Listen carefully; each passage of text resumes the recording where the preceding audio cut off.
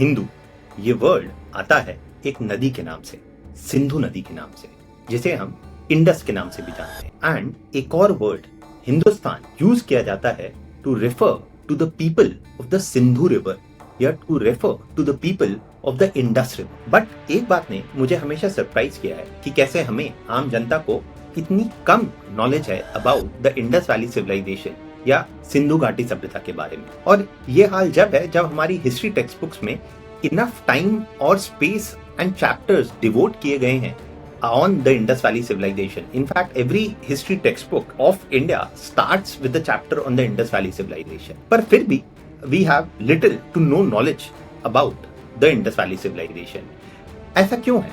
शायद इसलिए कि हमारे IIT और मेडिकल और MBA के एंट्रेंस एग्जाम्स में इस पे सवाल नहीं पूछे जाते हैं, और शायद इसलिए भी कि बॉलीवुड ने इंडस वैली सिविलाइजेशन पे बेस्ड कोई रोमांटिक लव स्टोरी नहीं बनाई।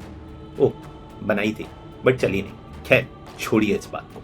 आज आप और हम we will dive deeper into the history of the Indus valley civilization, और हम समझने की कोशिश करेंगे कि कैसे ये सिविलाइजेशन जो अपने पीक पे थी आज से 4000 से 4500 साल पहले ऑपरेट करती थी। और इसे समझने के लिए हम व्हाट्सएप यूनिवर्सिटी के फॉरवर्ड्स का सहारा नहीं लेंगे, but rather we will rely on historical and archaeological evidence, जिसके बेसिस पे हम एक ब्रॉड अंडरस्टैंडिंग बनाने की कोशिश करेंगे। तो आइए, let's dive deeper into the history of this land. तो पहली चीज जो हमें समझने की जरूरत है is the sheer size of the Indus valley civilization. और अगर हम देखें तो आज के Pakistani portion of Punjab, Indian portion of Punjab, Sindh, Balochistan, Gujarat, Rajasthan और हरियाणा, एटलीस्ट इन सारे रीजन्स को इंडस वैली सिविलाइजेशन कवर करता था। एंड अगर आप इसको इंडिया के ज्योग्राफिकल साइज से आज कंपेयर करें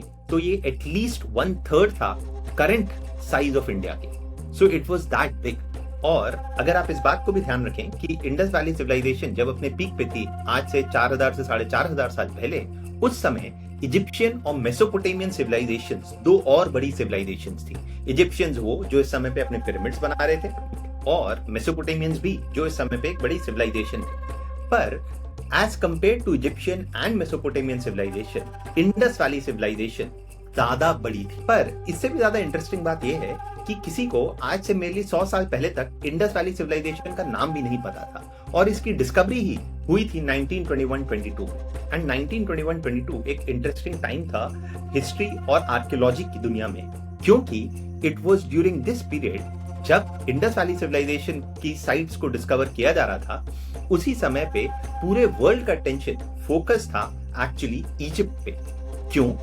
क्योंकि इस टाइम पे तूतनखामुन जो एक प्रिंस किंग रहे थे इजिप्ट के, उनके टोम को फाइनली डिस्कवर किया गया था। और ये कहा जाता था कि तूतनखामुन के टोम में हजारों किलो सोना, precious metals and jewels buried हैं। So तूतनखामुन के टोम की discovery was capturing the world's attention, and उसी समय पे two Indians, R.D. Banerjee and Dayaram Sahni ने दो major Indus valley civilization cities की डिस्कवरी की। One was Harappa, the other was Mohenjodaro, जो आज के टाइम में प्रेजेंट डे पाकिस्तानी पंजाब और सिंध में बेस्ड है। और इस फाइंडिंग को John Marshall, who was the Director General of the Archaeological Survey of India then, उन्होंने फॉर्मली 1924 में पब्लिश किया। 1924 में जब the discovery of these ancient cities was first published, India का अटेंशन इन फाइंडिंग्स के तरफ नहीं था। लेकिन ओवर द नेक्स्ट 15-20 इयर्स जब कंटिन्यूअस आर्कियोलॉजिकल एक्सकेवेशंस ने ये प्रूव किया ये सिटीज कितनी बड़ी थी,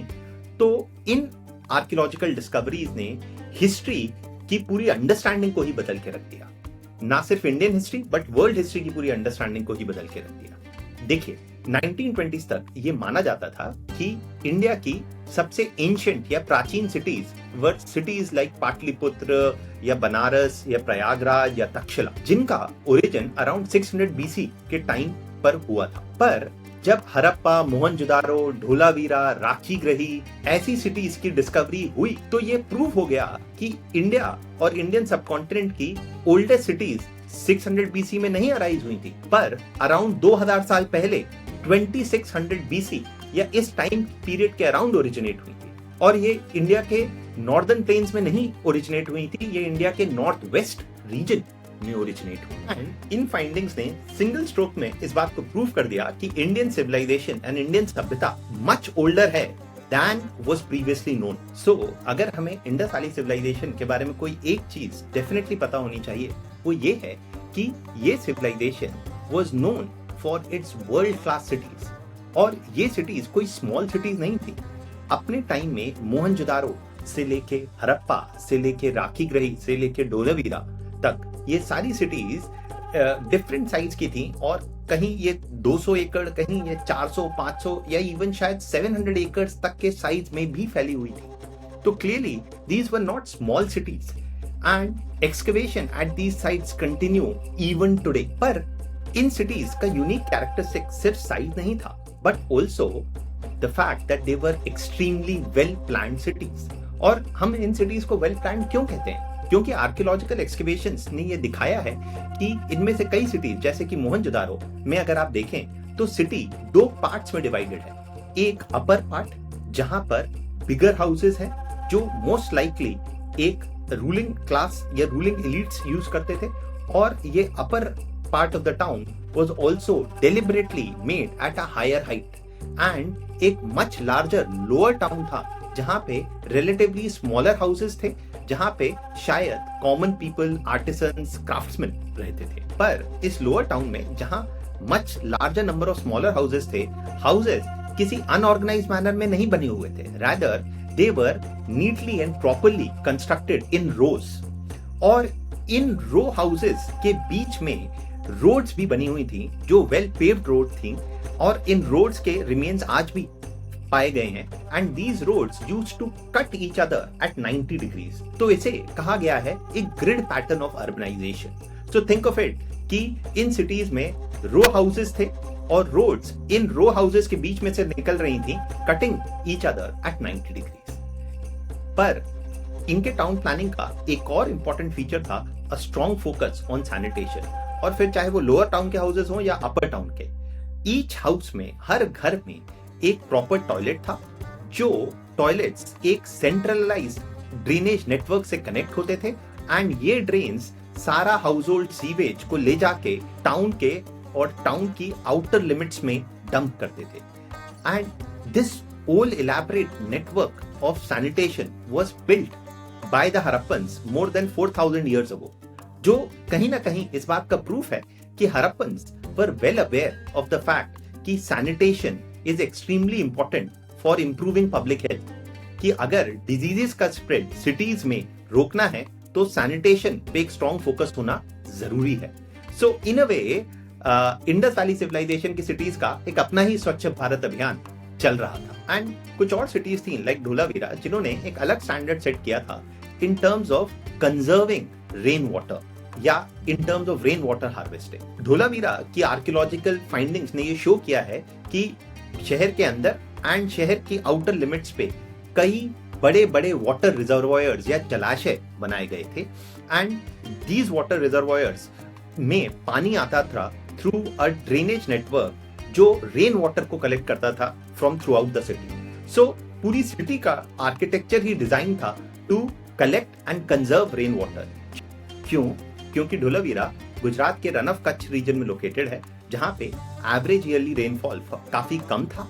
एंड इसलिए conserving rain water was an absolute necessity. पर हड़प्पन टाउन प्लानिंग के सिर्फ यही फीचर्स नहीं थे, एक और फीचर काफी स्मॉल पर काफी स्ट्राइकिंग है, और वो ये है कि जो ब्रिक्स आर्कियोलॉजिकल साइट से रिकवर किए गए हैं हड़प्पन सिटीज के spread across the whole settlements, उनमें एक कॉमन फीचर है। और वो कॉमन फीचर ये है कि ये सारे ब्रिक्स एक ही साइज और एक ही प्रोपोर्शन के हैं, और वो प्रोपोर्शन है रेशियो ऑफ 4:2:1। और ये फैक्ट कहीं ना कहीं ये दिखलाता है कि इंडस वैली के जितने भी टाउन्स थे उन सब में स्टैंडर्डाइज्ड ब्रिक्स यूज किए जा रहे थे, विच इटसेल्फ इज अ पॉइंटर कि ये जो degree of planning across cities note की जा रही थी, ये किसी एक सेंट्रल अथॉरिटी के थ्रू इन्फोर्स भी की जा रही थी। पर let's pause here for a minute और एक रैंडम थॉट को एंटरटेन करते हैं कि अगर हम हड़प्पन सिटीज को आज की इंडियन सिटीज से कंपेयर करें इन टर्म्स ऑफ टाउन प्लानिंग, तो हमें क्या मिलता है? सिटीज लाइक गुड़गांव, जहां एक बारिश में ही शहर एक जायंट स्विमिंग पूल की तरह बन जाता है, या फिर cities like Bangalore which are completely running out of ground water, या फिर cities like Mumbai and Delhi जहां पे planned urbanization sounds like a myth, और जहां पे urban slums is a big issue. कहीं ना कहीं इंडिया की स्मार्ट सिटीज इतनी स्मार्ट नहीं है जितना वो क्लेम करती हैं, क्योंकि वाईफाई तो है पर पानी नहीं है, क्योंकि रोड तो है पर नाली नहीं है। सो क्लियरली इंडस वैली की cities were much better planned than the cities we have today in India. But ये सिर्फ आज की बात नहीं है, इवन बैक देन जब Indus valley cities were being constructed on such a large scale, other cities across the world जैसे कि इजिप्ट में या मेसोपोटामिया में जो सिटीज थी वो भी इतनी वेल प्लान्ड नहीं थी। Egyptians were building mega pyramids and Mesopotamia में भी बड़े बड़े टेम्पल कॉम्प्लेक्सेस बन रहे थे, पर यहाँ के अर्बन सेटलमेंट्स में भी वो degree of planning and organisation नहीं मिलता that we find in the Harappan और the Indus valley civilisation. And जो second major thing about the Indus valley people हमें पता होनी चाहिए वो ये है कि apart from constructing world class cities, the people of Indus were also expert craftsmen, क्योंकि ये अपने समय में ब्रॉन्ज के कई शानदार स्कल्पचर्स बना रहे थे। और उसका एक मोस्ट फेमस आर्कियोलॉजिकल फाइंडिंग है हड़प्पा का डांसिंग गर्ल स्टैच्यू, जो है तो केवल 10.5 सेंटीमीटर्स बड़ा। It is considered an exceptionally well carved piece of bronze sculpture, जिसे बनाने में एक सोफिस्टिकेटेड इंजीनियरिंग और मेटलर्जी की नॉलेज जरूरी थी। एंड इस टेक्निक को कहा जाता है the lost wax technique. And ये टेक्निक इतनी यूजफुल थी और आज भी है कि हजारों साल लेटर आज भी bronze sculptures are often carved and created using this technique. अगर आप नटराजा ब्रॉन्ज स्कल्पचर को भी देखें जो चोला एम्पायर में बना था अराउंड 1000 AD के टाइम पर, यानी हड़प्पन सिविलाइजेशन के तकरीबन 3000 साल बाद, वो नटराज ब्रॉन्ज स्कल्पचर जो वर्ल्ड फेमस है वो भी इसी लॉस्ट वैक्स टेक्निक से बना था। हम ये नहीं कह रहे हैं कि Harappans invented the lost wax technique, पर दे डेफिनेटली परफेक्टेड। तो क्या है ये टेक्निक? देखिए, इस टेक्निक को अगर हम सिंपली समझें तो हड़प्पन्स सबसे पहले एक वैक्स का स्टैच्यू बनाते थे जिसमें वो सारी डिटेल्स कार्व करते थे। फिर इस वैक्स के स्टैच्यू के ऊपर वो एक क्ले की कोट लगाते थे एंड उसको एक हाई टेम्परेचर पे फायर ओवन में बेक करते थे। तो अंदर का वैक्स जो था वो तो मेल्ट हो जाता था एंड ऊपर का जो क्ले था वो हार्डन हो जाता था। तो वंस वो ये क्ले का मॉडल बना लेते थे इस वैक्स मॉडल से, तो इस क्ले के मॉडल के अंदर वो फिर मोल्टन ब्रॉन्ज को पोर करते थे और वो ब्रॉन्ज जो था was allowed to cool down and solidify and वो automatically इस clay के mold का exact shape ले लेता था। And this helped them in carving solid and well carved bronze sculptures, एक टेक्निक जो आज भी bronze sculptures को और sculptures को बनाने में यूज की जाती है। चलिए, ये तो बात हुई इंजीनियरिंग और टाउन प्लानिंग की, but what was the world view of the Harappan people? How did they look at life and say death? इसका एक ब्रॉड क्लू हमें मिलता है एक और आर्कियोलॉजिकल फाइंडिंग से, और वो है हड़प्पन ग्रेव्स या हड़प्पन सेमेट्री से।